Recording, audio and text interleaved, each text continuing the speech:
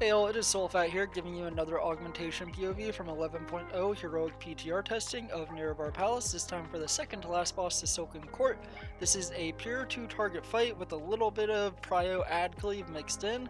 The bosses do share health, so multi-dot classes are king. Think Affliction Lock, Augmentation's also going to be very good.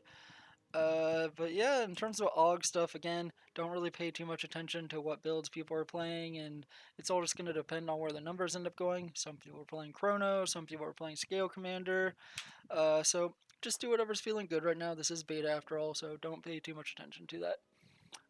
Let's get into the fight though. There is a ton going on this fight. It's broken up into a couple phases. So first is the Nerub-ar phase, then there's an intermission, then there's the Takaz phase, then there's intermission, and then there's phase 3. So to start in the Nerub-ar phase, there's a couple things to watch out for. He spawns poison circles around you, which you need to be spread for. You cannot stack with them. The debuff that they give you is unavoidable, and it will stack. So you'll take a ton more extra damage. It's these little poison circles here. You can see like our people here, they got 3 stacks. They're kind of getting chunked a bit there. After that, he'll do Call to the Swarm, which spawns these little ads on there. These need to be prioed down. They leave a debuff on you. You see, I got hit there once. It is 5% increased damage taken from all sources, and it stacks each time the ad hits you. So you don't want to be just tanking it like that. Next, he'll spawn these webs here. These webs can be cleared with somebody running through them with an immunity, for instance. Like I think our DH tried Netherwalk and that worked out, but you need to use them for something else. You can see me and the priest here. We're going to go stand in this web right here. When you go in the middle, it will chain you with anybody else in that web. So I'll go back. You can see I'm standing in the bigger web circle here, and our priest is going to go stand in the middle, and that's going to get us connected right there. So you need 2 groups of 2 to do that, because Nerub-ar is going to do this charge here. And if that charge does not go through 2 of these connected lines, he'll essentially wipe you. So I'll go back. You can see our melee up there have 1 line, and me and the priest have another, and you need this big line to go through both of them. He will then get stunned, and he'll take 50% increased damage for the duration. It's a very short amount of time, though. It's like 5 seconds of 50% increased damage. I think they should probably double that. It feels kind of insignificant, but that's fine. This impaling eruption, you just dodge it. It will stun you and probably kill you if you get hit by that, so avoid it.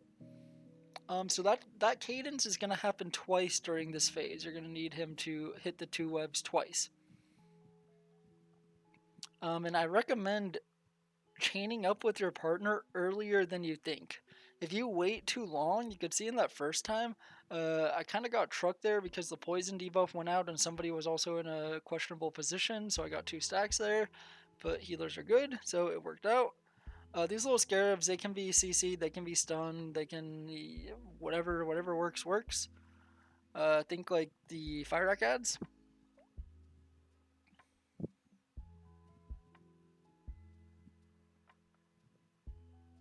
Yeah, absolutely chunked there.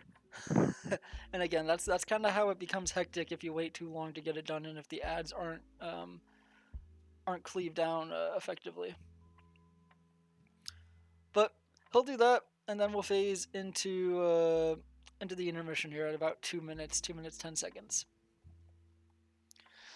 The intermission is I think, I don't know, Soul Render from Sanctum of Domination. It's kind of like a dance. There's these little webs that spawn, and depending on when they spawn, they'll blow up. So you see this one spawns, so that means it's gonna blow up first. So you want to avoid that, and then it's gonna blow. So going into that location is safe. He has a shield, and you just keep going until you break the shield. It's kind of all there is to it.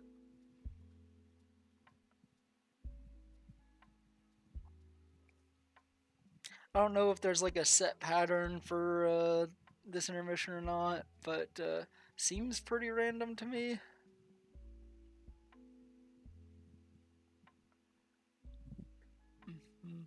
All right, then we're going into the second phase, the Takaj phase.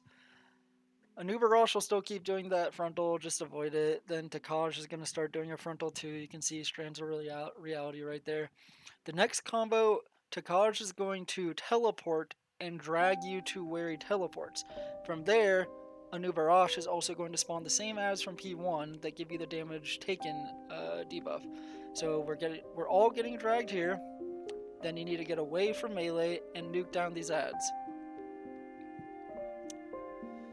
From there, the next main mechanic is the dispel mechanic. It's the swarm. 3 people will get targeted with the swarm, and they need to be dispelled.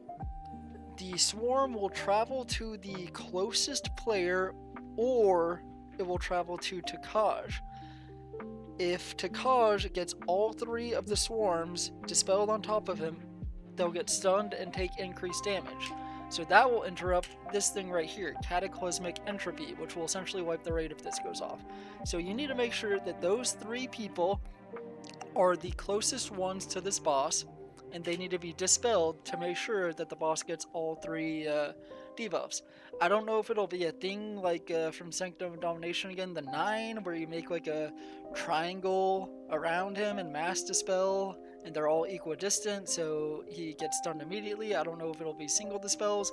We'll have to wait and see until the actual strat gets solved, but it doesn't seem too complicated. Again, we only had like 5 people from the guild here, so we weren't able to coordinate as much as we would have wanted to. It's a fun fight though, it didn't feel bad playing, so let's hope it keeps up that trend. If you have any questions, leave them in the comment section down below, and yeah, take it easy.